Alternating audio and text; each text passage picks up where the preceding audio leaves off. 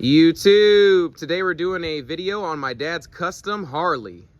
I want my dad to go ahead and walk through it and let you guys know what's done to the bike. Okay, so this is a 2022 CVO Harley Davidson Street Glide.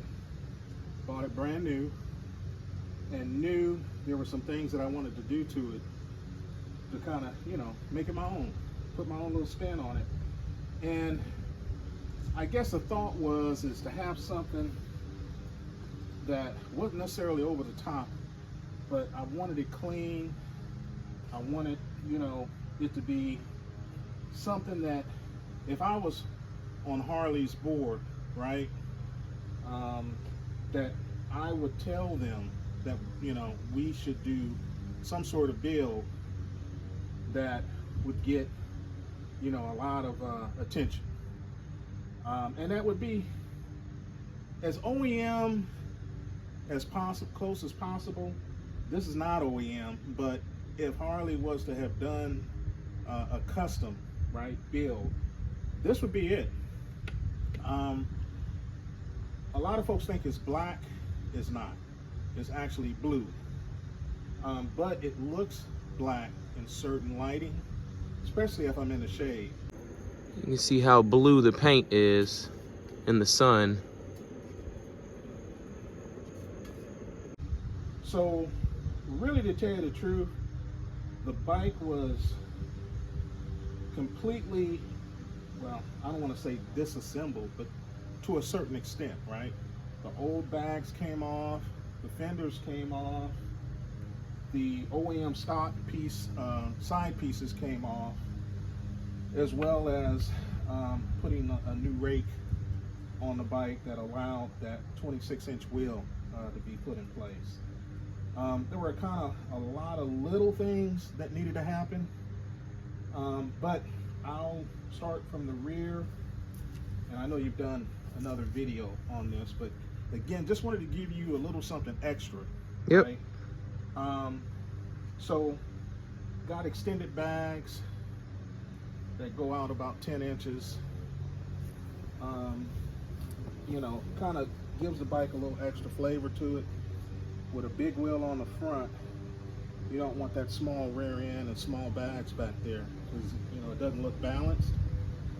So had the new bags painted to match the OEM CVO color, which is right on point. To look at the bike, you would think that this is the way it came because the paint matches up perfectly. So along with the bags, again, put a rake kit on to allow that 26-inch wheel to be installed. It also has the same matching wheel, 18-inch matching wheel on the back. To tell you the truth, aside of the 12-inch handlebars and the front piece there with the lights, which is a chin spoiler, that's pretty much it. Everything is still OEM, which is how I like it. This is a rider. What I mean by rider is I ride the bike. Matter of fact, I just went out to Rockingham yesterday, and it was a nice ride out, and I had a nice ride in, and could, as far as speed goes, pretty much had it at cruising speed the way like I cruise with the Booster. So that's kind of telling you, those that know. So in essence, I'm able to keep up with the fellas I ride with, is what I'm saying. There is one addition that I believe, well, a couple of different additions. If we're talking about in its totality, I did do a sound system on the bike. So we have 10-inch woofers in both bags. There was a question asked about what that was, and that's just a port. It's just like with any speaker box. You want the bass, to be able to to really, you know, do its thing, you need the air to move. So that's what that's for, as well as the 6.5-inch speaker on the inside there. And sounds really good, as well as 6.5-inch speakers in the front fairing. And I did see one comment on another video. Well, why did you do the, you know, it's pretty much what he sounded like to me. Well, why did you do the music and you can't hear it because of the pipe? Right? Okay, so I explained to this guy that sound systems come with these type bikes, right? And typically when you get to a high rate of speed, you can't hear them. So I would think with a 10-inch woofer on the back, and granted you can't necessarily hear bass at high speed, but with these powerful 6.5-inch speakers that take a lot of power, and there's 2 amps on this bike, by the way, one of which, I'm not going to tell you how many watts, but it's definitely got some boom boom when you zoom. Meaning when I'm at high speeds, I can hear at half volume. So there's definitely more than enough power for me to hear the sound system on the bike.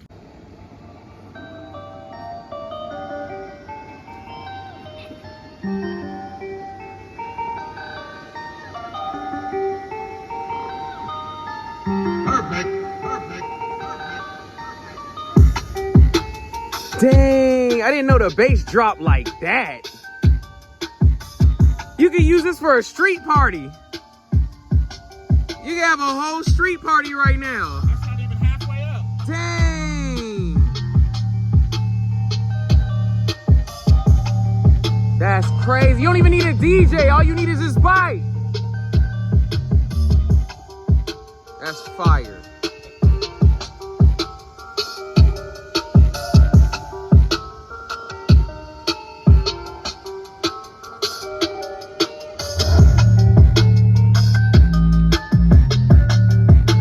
Crazy.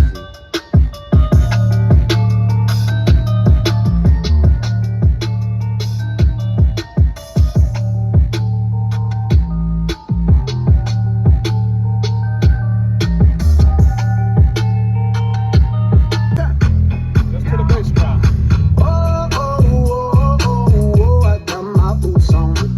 But I have 2 different tour packs, right? One when I'm traveling long distance, so I can pack whatever I need in it. And then I have a little one, a smaller one rather, like what I put on the back of the bike when I took the trip to Rockingham, about a 3-hour or so trip, and had more than enough storage. Here's the Harley tour packs. Every thought went into this build for that very reason, and everything was methodical, and there was a reason behind it. The second thing was I added these mirrors, which are excellent because I can see out of them. While the other mirrors on the bike look good in its original place, which was right on the side of the speaker there, with these handlebars, I could probably see out of 10% of those mirrors. So I had to, you know, make an adjustment so that while I'm riding, and this was my first ride yesterday, I was literally able to easily see out of these mirrors. So again, just wanted a clean build, nothing over the top, but everything, you know, a lot of thought went into this particular build. I had someone ask what type of seats these are. Okay, so these seats are actually OEM. Oh, okay. This, when I bought the bike came with these seats. And I mean, for what it's worth, they look custom. They look like I went somewhere. That's right? Exactly why people are asking about them. And had it done, and there was no need for me to get a custom seat because these are perfect. Normally I run without this back seat. That back seat is for wifey. But anytime I'm putting the tour pack on, I put the back seat on. You know, so you know it looks the way that it should. That way you all can hear and see this beautiful bike.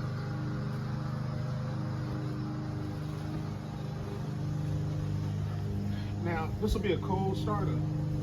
All I did was back around the garage when I had folks asking about, why is the bike idle so high? Well, because it's a cold start. Exactly. It recently had my 5,000 mile service done at Harley. And if there was something wrong with the bike, they would have corrected it. Typically, when you first start up, it has a higher idle.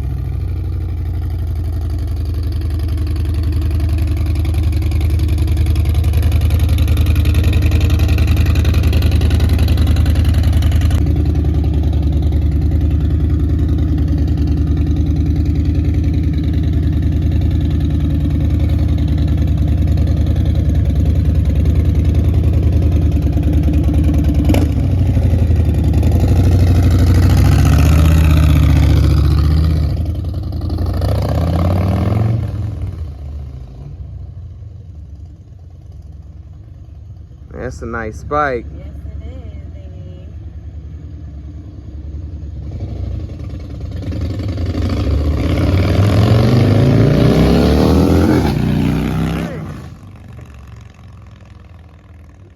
Oh yeah, she's quick.